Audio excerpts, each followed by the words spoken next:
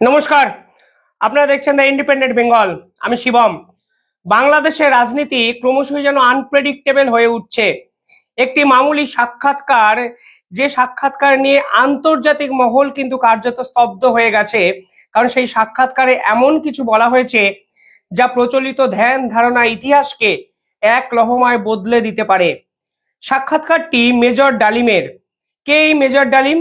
Major ডালিম হলো বঙ্গবন্ধুকে যারা হত্যা করেছেন সেই হত্যাকারীদের মধ্যে প্রধান এক চরিত্র। 1975 সালের 15ই আগস্ট বঙ্গবন্ধুকে কিছু সেনাবাহিনীর সদস্য কার্যত বাংলাদেশের বিশ্বাসঘাতক দ্বারা হত্যা করা হয়। এর পিছনে এক বৃহত্তর ষড়যন্ত্র ছিল, আপনারা হয়তো অনেকেই জানেন। এই ষড়যন্ত্রকারীদের অন্যতম ছিল এই মেজর ডালিম, যিনি প্রায় 50 বছর পর এবার ক্যামেরার সামনে এসেছেন। এখানেই উঠেছে একাধিক প্রশ্ন। যিনি ইন্টারভিউটা নিয়েছেন, যেভাবে ইন্টারভিউটা প্ল্যানিং করা হয়েছে এবং যেভাবে ইন্টারভিউতে প্রশ্নপত্র সাজিয়ে যে কথাগুলো বলানো হয়েছে, তা নিঃসন্দেহে এ যাবৎকালের সব থেকে বড় ষড়যন্ত্র বলে আমার অন্তত মনে হচ্ছে। তিনি যে কথাগুলো বলেছেন তা শুধু বাংলাদেশের সংবিধানকে চ্যালেঞ্জ করে না, বাংলাদেশের ইতিহাসকে চ্যালেঞ্জ করে না, তা আন্তর্জাতিক স্তর এমনকি জাতিসংঘের একাধিক তথ্যকে বদলে দিতে পারে এবং সরাসরি এই জাতিসংঘের একাধিক তথ্যকে কিন্তু তিনি চ্যালেঞ্জ করে বসেছেন। প্রশ্ন হলো 50 বছর পরে কেন কেন হঠাৎ করে তার মনে হলো এই ধরনের কথা সর্বসমক্ষে এসে বলা যায়? যেহেতু বাংলাদেশের সরকারের অবস্থা অত্যন্ত অস্থিতিশীল, যেহেতু একটা পার্মানেন্ট কোনো সলিউশন বাংলাদেশের এই সরকার দেখাতে পারছে না, ঠিক সে সময় এসে মেজর ডালিমের এই ধরনের কথা নিঃসন্দেহে বাংলাদেশের ইতিহাসে অন্যতম বড় ষড়যন্ত্র বলে আমার মনে হয়। তিনি যে কথাগুলো বলেছেন এই কথার সপক্ষে কি যুক্তি, কি তথ্য, এমনকি বাংলাদেশের যে জাতিসংঘে যে তথ্য নথিবদ্ধ করা আছে তার সপক্ষে কিছু কথা আমি আজকে আপনাদের তুলে ধরবো। কিন্তু 1975 সালের 15ই আগস্টে ঘটা এই নির্মম হত্যাকাণ্ড শুধুমাত্র বাংলাদেশের বুকে যে ছুরিটা মারা হয়েছিল তা কিন্তু নয়। এই নির্মম হত্যাকাণ্ড কিন্তু আন্তর্জাতিক স্তরে মুক্তিযোদ্ধা, ভারত, পাকিস্তান সকলের ক্ষেত্রেও কিন্তু অন্যতম বড় একটা শকিং একটা নিউজ ছিল। অর্থাৎ যারা বঙ্গবন্ধুকে ছুরি মেরেছিলেন তারা শুধুমাত্র বাংলাদেশের জন্য বিশ্বাসঘাতক ছিলেন সেটা ভাববেন না। আন্তর্জাতিক স্তর কখনোই লড়াকু এক মুক্তিযোদ্ধার বিরুদ্ধে যারা ষড়যন্ত্র করে, যাদেরকে হত্যা করে, তাদেরকে কিন্তু ক্ষমা করে না। তাই মেজর ডালিমকে রাতারাতি আপনারা ভগবান বানিয়ে দেবেন, এটা কিন্তু কোনোদিন আজ থেকে 50 বছর পরে এসে, মুক্তিযোদ্ধার 50 বছর পরে এসে কখনো এটা সম্ভব হয় না। আসলে কে ভগবান কে শয়তান তা নির্ধারণ করার আগে যুক্তি শুনুন, তথ্য যাচাই করুন এবং আলটিমেটলি প্রশ্ন করুন যে 50 বছর পরে কেন, ঠিক কার ষড়যন্ত্রে হঠাৎ করে আপনি ক্যামেরার সামনে এলেন? আওয়ামী লীগ, শেখ হাসিনা, বঙ্গবন্ধু, এমনকি ভারত, পাকিস্তান, বাংলাদেশ সম্পর্কে একাধিক প্রশ্নচিহ্ন তুলে দিলেন। কার লাভ, কার ক্ষতি? এই প্রশ্ন যখন আপনারা নিজেরা করবেন তখন দেখবেন আবেগ দ্বারা আপনারা আর ধাবিত হবেন না, চালিত হবেন না। যুক্তি দিয়ে ভাবুন এবং এই প্রশ্ন সরাসরি আপনারা তাদের করুন যারা এই মেজর ডালিমকে রাতারাতি ভগবান বানিয়ে দিয়েছে একদিনের নোটিশে। 1975 সালের 15ই আগস্ট এরপরে বহুদিন পাত্তা পাওয়া যায়নি এই মেজর ডালিমের। 2009 সালে ডেইলি স্টার মেজর ডালিম কোথায় আছেন সে বিষয়ে একটি গবেষণা করেন। তারা বলেছিলেন মেজর ডালিমকে পাকিস্তানে জায়গা দেওয়া হয়েছে, অর্থাৎ দীর্ঘদিন তিনি পাকিস্তানে আত্মগোপন করে আছেন। এই পাকিস্তান থেকে তিনি ব্যবসার কাজে মাঝে মধ্যে লিবিয়াও যেতেন। অনেকে এটাও বলেন 2009 সালে যখন বিএনপি 4টে দলের সমর্থন নিয়ে সরকার গঠন করেছিল সে সময় নাকি আত্মগোপন করে তিনি বাংলাদেশে 1-2বার এসেছিলেন। ডেইলি স্টারের পুরনো যদি রিপোর্ট দেখেন তাহলে এই কথা কিন্তু আপনারা বুঝতে পারবেন। পরবর্তীকালে 1996 সালে একটি টাস্ক ফোর্স গঠন করা হয়, যাদের প্রধান কাজ ছিল এই বঙ্গবন্ধুর হত্যার সঙ্গে যারা জড়িত তাদের বিরুদ্ধে বিভিন্ন তদন্ত করা। সেই টাস্ক ফোর্সের রিপোর্ট বলে, সরকারি রিপোর্ট বলছে, এই মেজর ডালিম তৎকালীন সময় কিন্তু কেনিয়াতে ছিলেন এবং কেনিয়াতে থেকে তিনি তার ব্যবসা বাণিজ্য কিন্তু পরিচালনা করছিলেন। এবার তিনি যে কথাগুলো বলেছেন দেখবেন এই কথাগুলো আওয়ামী লীগ কিংবা বিএনপির থেকেও অনেক বেশি অ্যাডভান্টেজ কিন্তু দিয়ে গেল জামাতকে। এবার পাকিস্তানে থেকে একজন এই রকম দেশের বিশ্বাসঘাতক এই রকম একটি ইন্টারভিউ দিচ্ছেন এবং তার ফলে বর্তমান সময়ে দাঁড়িয়ে জামাত সুযোগ সুবিধা পাচ্ছে, তা নিঃসন্দেহে আপনারাও হয়তো এর পিছনে ঘটে চলা একাধিক ষড়যন্ত্র এবং সমীকরণ মেলাতে পারছেন। অর্থাৎ এই মোহাম্মদ ইউনূস সরকার দিনের পর দিন যেভাবে জামাতি দ্বারা পরিচালিত হচ্ছে, যেভাবে পাকিস্তানের মৌলবাদকে এরা সমর্থন করছে, আজ মেজর ডালিমের এই ধরনের ইন্টারভিউ কিন্তু পুরো বিষয়টাকে আরো একবার শিলমোহর দিয়ে দিল। তাহলে 50 বছর পর হঠাৎ করে আত্মগোপন ছেড়ে বেরিয়ে এসে আমি ভগবান এই প্রমাণ করা তাগিদ হঠাৎ করে মেজর ডালিম কেন অনুভব করলেন, এই প্রশ্ন কিন্তু থেকে যায়। তিনি কি দাবি করেছেন? তিনি প্রথমে এক অদ্ভুত দাবি করেছেন। তিনি বলেছেন মুজিবুর রহমান পাকিস্তানে আর্মির কাছে আত্মসমর্পণ করেছিলেন। সত্য কি বলছে?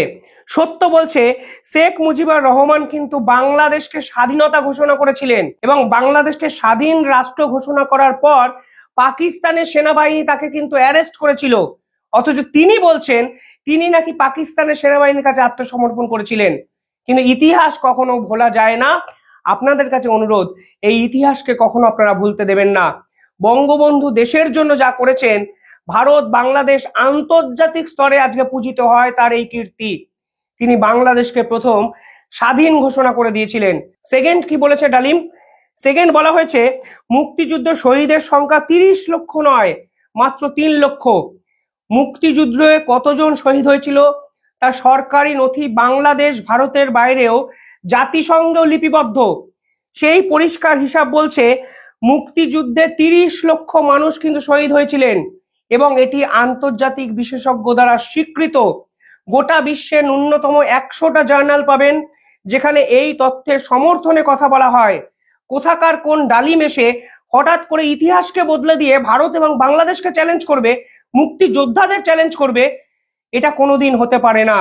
3 নম্বর তিনি বলেছেন মুক্তিযুদ্ধ ধর্ষণের শিকার নারীদের যারা ধর্ষিত হয়েছিলেন তাদের সংখ্যা নাকি 2 লক্ষ নয়, অথচ পাকিস্তানের সেনাবাহিনী দ্বারা তথ্য বলছে প্রায় 2 লক্ষের বেশি নারী কিন্তু নির্যাতিত হয়েছিল। এই তথ্যকে বলেছে জানেন? এই তথ্য বলেছে খোদ জাতিসংঘ এবং আন্তর্জাতিক একাধিক সংস্থা। এবার জাতিসংঘকে আপনি চ্যালেঞ্জ করুন। জাতিসংঘের রিপোর্ট কিন্তু পাড়ার ক্লাবের অ্যাকাউন্টেন্টের রিপোর্ট নয়। জাতিসংঘের কোনো রিপোর্ট যদি লিপিবদ্ধ করা হয় তার ন্যূনতম 20 থেকে 25 বার বিভিন্ন জায়গা থেকে ভেরিফিকেশন করা হয়। অর্থাৎ ডালিম যে কথাটা বলছেন তার সম্পূর্ণ মিথ্যা কথা, উদ্দেশ্য প্রণোদিত কথা এবং পাকিস্তানকে বাবা বানানোর খেলা, ভগবান বানানোর মিথ্যা ষড়যন্ত্র, যা ভারত এবং বাংলাদেশের ইতিহাসকে বদলে দিতে পারে, যা আপনারা কখনোই হতে দেবেন না। 4 নম্বর ডালিম বলেছেন ভারত বাংলাদেশের স্বাধীনতা চেয়েছিল তাদের প্রদেশ বানানোর জন্য। 1971 সালে বাংলাদেশ মুক্তিযুদ্ধে জয়লাভ করে স্বাধীন হয়েছে। ভারতীয় সেনাবাহিনী বাংলাদেশকে সহায়তা করেছে। আজকে 1971 থেকে 2024 এতগুলো বছরে বাংলাদেশের কোন প্রদেশ ভারত সরকার বানিয়েছে যদি দয়া করে ডালিম বাবু বলে দেন। ভারতবর্ষ বাংলাদেশের এই মুক্তিযুদ্ধকে সমর্থন করেছিল টেকনিক্যালি, আবেগের বশে, এবং বাংলাদেশকে সাপোর্ট করেছিল শুধুমাত্র মানবিক এবং কৌশলগত কারণে।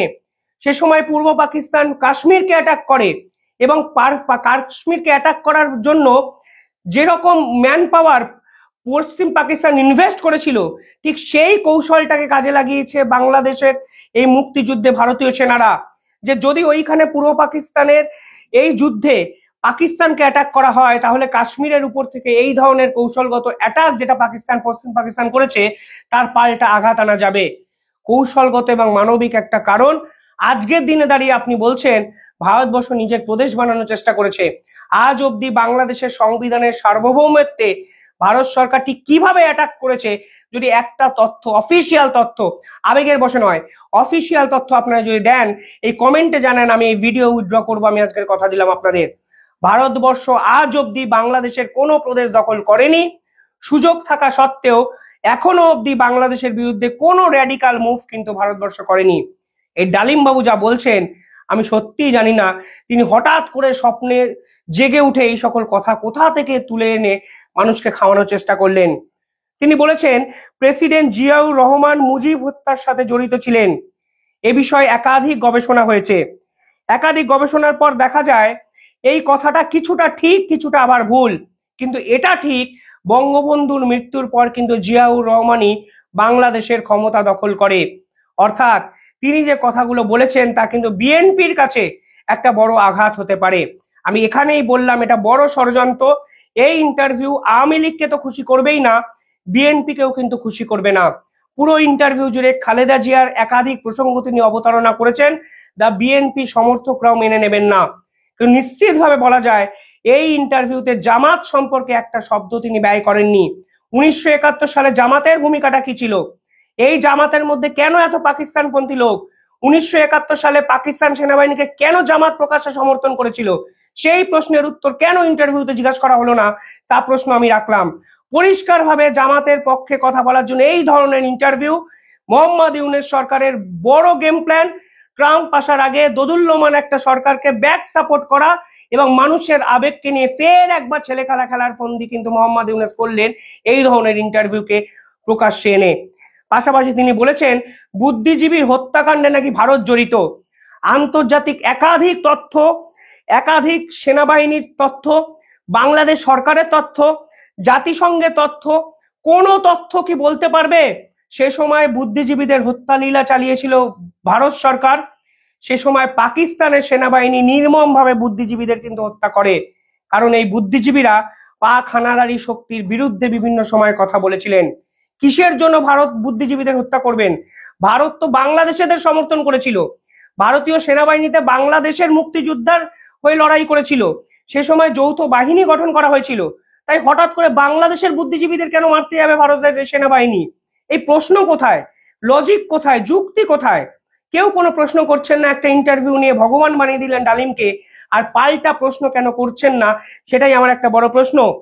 তিনি বলেছেন শেখ মুজিব বিপ্লবী সিরাজ সিকদারকে হত্যা করেছিলেন। দেখুন, সিরাজ সিকদারের মৃত্যু কিন্তু সরকারি অভিযানে হয়েছিল। এই সরকারি অভিযান যখন আমি বলছি তখন এই পুরো বিষয়টা আইনত হয়ে যায়। অর্থাৎ সরকার আইনত একজনকে দেশের স্বার্থে যদি হত্যা করে সেটা বঙ্গবন্ধুর দায় হতে পারে না। যে কথাটা উনি বলছেন সম্পূর্ণ মানুষকে উল্টো পথে গাইড করছেন, ম্যানুপুলেট করার চেষ্টা করছেন, যা নিঃসন্দেহে বাংলাদেশের ইতিহাসের জন্য কিন্তু অত্যন্ত ভয়ঙ্কর একটা দিক। এবং এই ইন্টারভিউতে জামাত যেভাবে সুযোগ সুবিধা পাবে, আমার মনে হয় বাংলাদেশের কোনো রাজনৈতিক দলই কিন্তু এইরকম সুযোগ সুবিধা পাবে না। জেনে শুনে ইতিহাস বিকৃত করা, জেনে শুনে একজনকে সামনে এনে মানুষের ভাবাবেগকে নিয়ে ছেলে খেলা খেলা, এই ডালিম যে ইন্টারভিউটা দিলেন আমার মনে হয় বাংলাদেশের সর্বকালের ইতিহাসের সব থেকে বড় ষড়যন্ত্র, যা মানুষের বিপক্ষে কিন্তু চাললেন ইউনূস এবং জামাতিরা।